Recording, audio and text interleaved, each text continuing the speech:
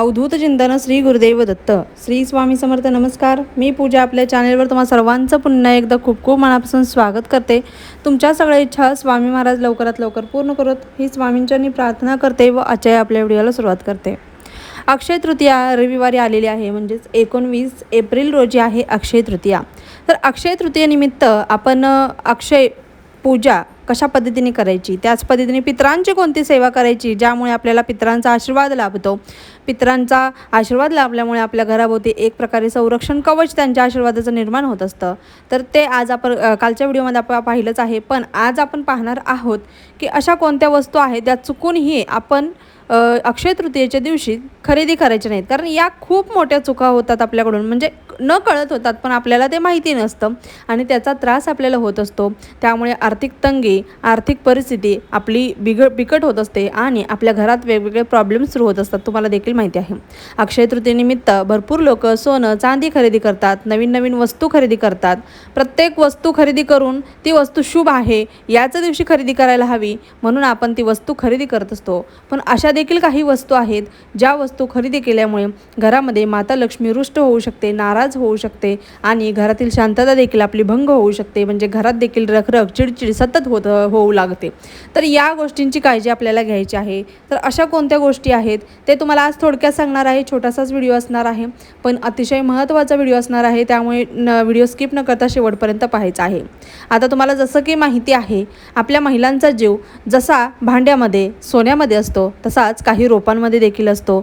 झाडे लावायला खूप महिलांना आवडतं, मलाही आवडतं. वेगवेगळ्या प्रकारची झाडं लावायला आवडतं. या दिवशी सुट्टी आहे म्हटल्यानंतर आपण कसं वेळेत वेळ काढून एखादं झाड आणायला जातो, रोपटं आणायला जातो. तर चुकूनही काटेरी रोपटं चुकूनही आणायचं नाही. म्हणजे आता बघा, काटेरी रोपं म्हटलं, आता गुलाबाचं झाड आता किती शुभ आहे, पण त्याला काटेरी रोपटं आहे ते. तर अशा काटेरी रोपटं वगैरे कोणत्याही प्रकारचं काटेरी झाड वगैरे आपल्याला विकत आणायचं नाही आहे. एवढे एका गोष्टीची काळजी घ्यायची आहे. काटेरी रोपं कोणत्याही प्रकारची तुम्हाला निवड आणायची नाही आहेत या दिवशी. दुसरी वस्तू म्हणजे बघा, आता आपण घरामध्ये बाहेर गेलो, एखादा आपले म्हणजे शिवण क्लास वगैरे असेल आपला, किंवा शिवणकाम आपण करत असो, कैची घरामध्ये लागते, आपल्याला कात्री लागतेच. म्हणून आपण अशा धारदार वस्तू, चाकू वगैरे बाहेर गेलो, आता आलोयच तर काहीतरी खरेदी करायचं तर हे घेऊया म्हणून आपण ती वस्तू खरेदी करत असतो. पण त्या धारदार वस्तू, कोणत्याही प्रकारच्या धारदार वस्तू आपण चुकूनही खरेदी करायच्या नाही आजच्या दिवशी. आजचा दिवस अतिशय शुभ आहे आणि या दिवशी खरेदी करण्याला महत्त्व आहे, पण कोणत्या गोष्टी खरेदी कराव्या हे देखील महत्त्वाचं आहे. त्यामुळे कोणत्याही प्रकारची धारदार वस्तू तुम्हाला खरेदी करायची नाही. कात्री नाही आहे, त्याच पद्धतीने सुई खरेदी करायची नाही आहे, त्याच पद्धतीने तुम्हाला चाकू वगैरे खरेदी करायची नाही. म्हणजे कोणत्याच धारदार वस्तू तुम्हाला खरेदी करायच्या नाहीत. तिसरी वस्तू म्हणजे बघा, आपण कपडे वगैरे घेतो तर काळ्या रंगाचे कपडे चुकूनही या दिवशी घेऊ नका आणि परिधान देखील करू नका. त्यामुळे काळ्या रंगाचे कपडे आपण म्हणजे आता लग्नसराई वगैरे आहे, सगळं आहे, मग आपण एखादी साडी वगैरे घेतो, ड्रेस घेतो, तर काळ्या रंगाच्या वस्तूची खरेदी, आजचा दिवस शुभ आहे म्हणून आपण खरेदी करायला जातो, पण काळ्या रंगाचं काही घेऊ नका. मग चप्पल असो वगैरे काही असो, पण काळ्या रंगाची या दिवशी कोणतीही वस्तू खरेदी करू नका. त्याच पद्धतीने बघा, आपण प्रॉपर्टी वगैरे खरेदी करत असतो, नवीन गाडी खरेदी करत असतो, हां ते चालेल, कारण या दिवशी शुभ मुहूर्त बघण्याची गरज नसते. 3.5 मुहूर्तापैकी एक शुभ मुहूर्त म्हणजेच अक्षय तृतीया देखील आहे. त्यामुळे आपण बघा, कधी कधी सेकंड हँड वस्तू खरेदी करतो, मग इलेक्ट्रिकल असो किंवा कार असो, छोटी गाडी असो, काही असो, पण सेकंड हँड ते सेकंड हँड आहे. अगोदर दुसऱ्या कोणाच्या तर वास्तूमध्ये जाऊन आलेले आहे आणि नंतर ते आपल्या वास्तूमध्ये येणार आहे. त्यामुळे सेकंड हँड ते सेकंड हँड आहे. त्यामुळे तुम्ही नवीन खरेदी करणार असाल तर आजचा दिवस अतिशय शुभ आहे, पण सेकंड हँड वस्तू चुकूनही आपल्या घरामध्ये आजच्या दिवशी आणू नका. त्यामुळे बघा, आपल्या घराला देखील दोष लागतो. कधी कधी बघा, वास्तूमध्ये एखाद्याची वास्तू कशी आहे ते आपल्याला माहिती नसतं. आम्ही म्हणत नाही आहे की ती गाडी चांगली नाही आहे, पण कधी कधी आपल्याला बघा, तुम्हाला देखील अनुभव येत असतील, एखादी जुनी गाडी घेतली तर ती आल्यानंतर आपले दिवस सुधारतात, कोणाकोणाचे ती आल्यानंतर दिवस बिघडतात, अशा देखील घटना घडतात. अशा वेळेस आपण ते लक्ष देणं अतिशय गरजेचं असतं.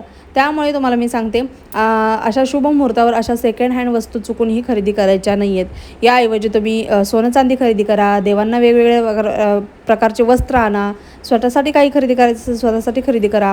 एखादा चांदीचा सिक्का जरी तुम्ही या दिवशी खरेदी केला तरी देखील चालणार आहे.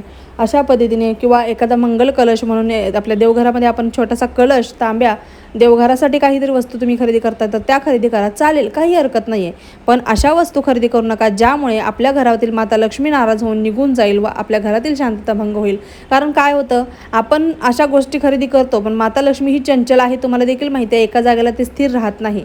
आणि या दिवशी सेवा देखील तितक्याच महत्त्वाच्या आहेत. माता लक्ष्मीला भगवान विष्णूंची सेवा प्रिय आहे आणि भगवान विष्णूंना देखील माता लक्ष्मीची सेवा प्रिय आहे, एवढं लक्षात घ्या. त्यामुळे माता लक्ष्मी रुष्ट होणार नाही, नाराज होणार नाही, निघून जाणार नाही, याची काळजी आपल्यालाच घ्यायची आहे.